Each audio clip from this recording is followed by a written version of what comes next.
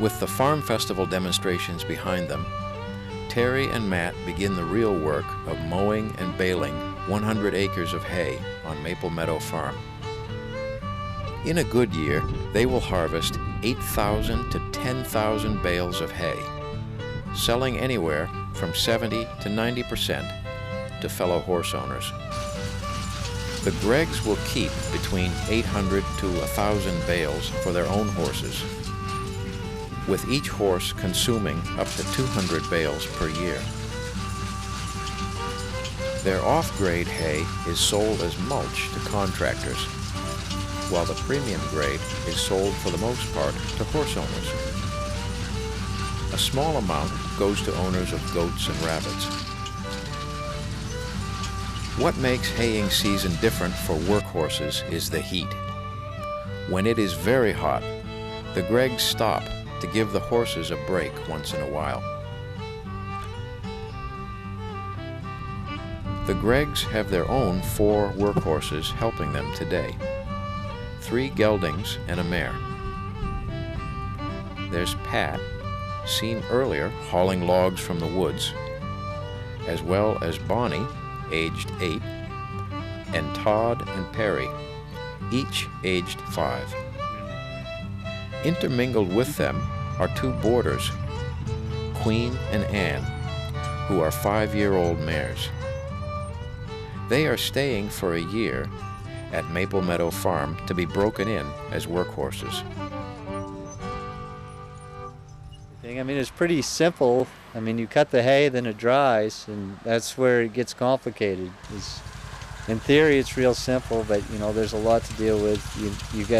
It has to rain at certain times for your yield to be good, and it obviously needs to be dry when you're trying to get it. You know, you always are battling some sort of weed or something along those lines because, you know, we're trying to shoot for a straight product of Timothy or alfalfa, and there's always clover, there's always goldenrod, there's always things you need to contend with. And it's a balancing act just like any agriculture. How much money you put into it and how much your return is, you always have to watch that. Well, if we knew that we weren't going to get any rain, figure we can put up a little over 1,000 bales a day.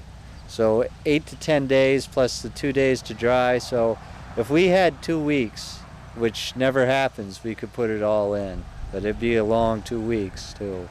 Yeah, that would be putting it all in with horses. This year we were real lucky. We baled all the hay this year with the horses. Sometimes we have a mechanical problem or something like that, and we need to use a tractor just to fix the kinks out. But it's all done with the horses. It's always a learning experience. I know a few years ago I got ran over by a hay rake, and it was a Sunday. We were trying to get some hay, and I had a couple horses, and you start to think you know quite a bit, and I wasn't really paying attention, and then they just got away from me, and I got ran over. And that was really one of the biggest lessons I learned, is that it's a little bit different than like driving a tractor or something like that. You always need to be aware and paying attention, because things can happen fairly quickly with horses. So, but you know, every horse is different. We have 4 right now and 2 that aren't ours, and they all have their own personality and their own things that they do well and the things that they need to work on.